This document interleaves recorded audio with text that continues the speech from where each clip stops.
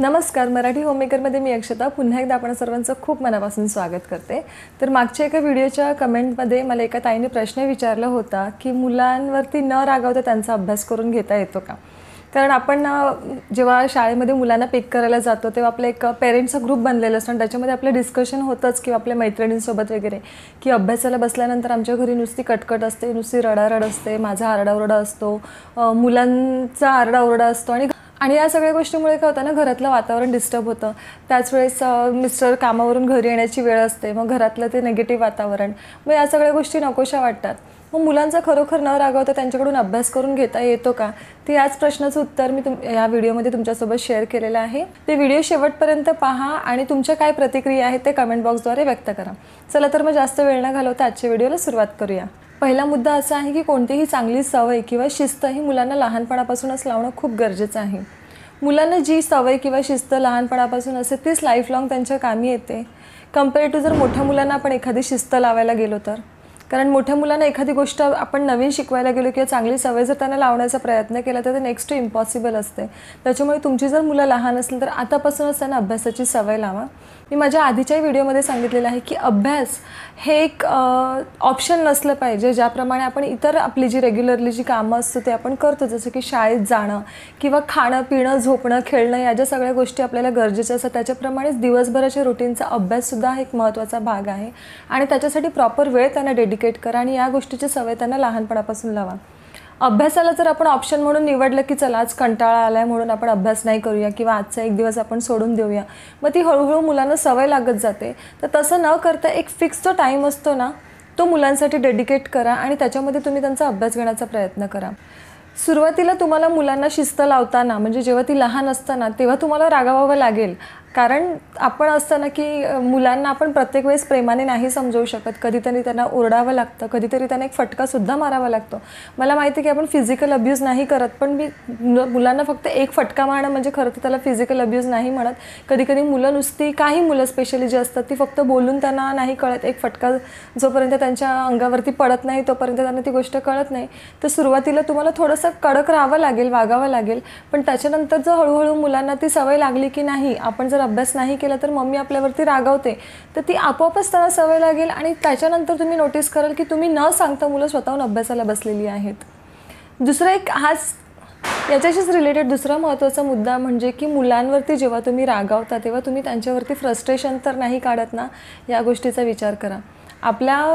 जरी आपण होममेकर असो किंवा आपण बाहेर जाऊन जॉब करणारे जरी असो तरी आपल्या डोक्यावरती इतर भरपूर गोष्टींचं प्रेशर असतं आणि कधीकधी फ्रस्ट्रेशनसुद्धा येतो आणि मुलं जी असतात ते आपलं फ्रस्ट्रेशन काढण्याचं खूप सोपं माध्यम असतात. तर अभ्यास घेताना मुलांचं स्वतःचं फ्रस्ट्रेशन, इनफॅक्ट कोणत्याही वेळी स्वतःचं फ्रस्ट्रेशन मुलांवरती अजिबात काढू नका. ज्यावेळेस तुम्हाला वाटते की तुमचा मूड चांगला नाही आहे आणि मुलांनी जर अभ्यासामध्ये चुकी केली तर तुम्ही रागावू शकता त्यांच्यावरती किंवा त्यांना ओरडू शकता किंवा मारू शकता. तर अशा वेळेस स्वतःला ब्रेक द्या आणि त्यावेळेस मुलांचा अभ्यास अजिबात घेऊ नका.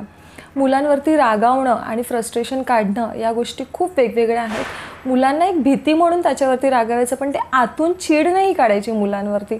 असं ना कधी की आपण ना छोट्याशा गोष्टीसाठी म्हणजे ठीक आहे, लिहिताना एक स्पेलिंग मिस्टेक केली आणि जर आपण फ्रस्ट्रेटेड असतो तर उगाचच विनाकारण इतर गोष्टींचा राग आपण त्यांच्यावरती काढतो. तर तसं अजिबात करू नका. तुम्हाला ही गोष्ट खूप विचित्र वाटेल पण ही खरोखर प्रॅक्टिकल टिप आहे की जर तुम्हाला असं वाटते की मुलांचा अभ्यास घेत असताना तुम्ही तुमचा राग कंट्रोल नाही करू शकत किंवा आपोआप म्हणजे तुम्ही कितीही विचार केला तरीसुद्धा तुमचं फ्रस्ट्रेशन मुलांवरती निघतं, तर मुलांना मग तुम्ही दुसऱ्यांची मदत घेऊन त्यांना तुम्ही ट्युशनला वगैरे पाठवा आणि तुम्ही मध्ये फक्त त्यांच्या अभ्यासावरती लक्ष देत जा. तुम्ही घरी जर मुलांचा अभ्यास घेत असाल ना तर मुलांच्या अभ्यासाचा ना एक फिक्स टाईम तुम्ही निवडून ठेवा. जसं की मुलांचं शाळेत जाण्याचं एक फिक्स शेड्यूल असतं किंवा इतर ॲक्टिव्हिटीचं फिक्स शेड्यूल असतं, तसंच घरी अभ्यासाचं सुद्धा फिक्स शेड्यूल ठेवा आणि त्याच्यामध्येच तुम्ही अभ्यास घ्या. आता मुलं जेव्हा ट्युशनला जातात तेव्हा आपल्याला माहिती आहे की मुलं 4 ते 6 ट्युशनला जातात.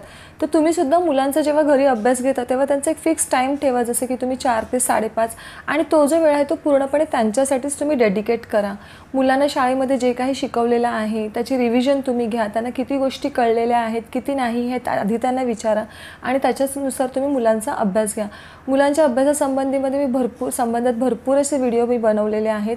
तुम्हाला जर तुमच्या मुलांचा अभ्यास घेताना थोडी तरी म्हणजे तुम्हाला कठीण वाटत असेल तर ते व्हिडिओ पहा, त्याच्यातून नक्कीच तुम्हाला खूपच फायदा होईल. मुलांच्या अभ्यासाचे वेळापत्रक बनवा यासंबंधी सुद्धा आपल्या चॅनलवरती व्हिडिओ आहे, ज्यामध्ये प्रत्येक विषयानुसार मुलांच्या अभ्यासाचे वेळापत्रक बनवलं तर त्यांना कोणताही सब्जेक्ट आहे तो त्यांचा मागे नाही राहणार. प्रत्येक आठवड्यामध्ये प्रत्येक सब्जेक्टची रिव्हिजन त्यांची व्यवस्थित होईल आणि वेळापत्रक असल्यानंतर मुलांना सुद्धा ते सोपं जातं प्रत्येक विषयाचा अभ्यास करणं. त्याच्यामुळे मुलांच्या अभ्यासाचं वेळापत्रक बनवा. एक पालक म्हणून तुम्ही तुमच्या मुलांना ओळखलं पाहिजे की आपल्या मुलाची अभ्यास करण्याची क्षमता किंवा त्याला एखादी गोष्ट त्याची समजून घेण्याची, ज्याला आपण ग्रास्पिंग अबिलिटी म्हणतो किंवा ग्रास्पिंग पॉवर म्हणतो, ती किती आहे तुम्ही ओळखून घ्यायला पाहिजे आणि त्याच्यानुसार तुम्ही त्यांचा अभ्यास घ्यायला पाहिजे.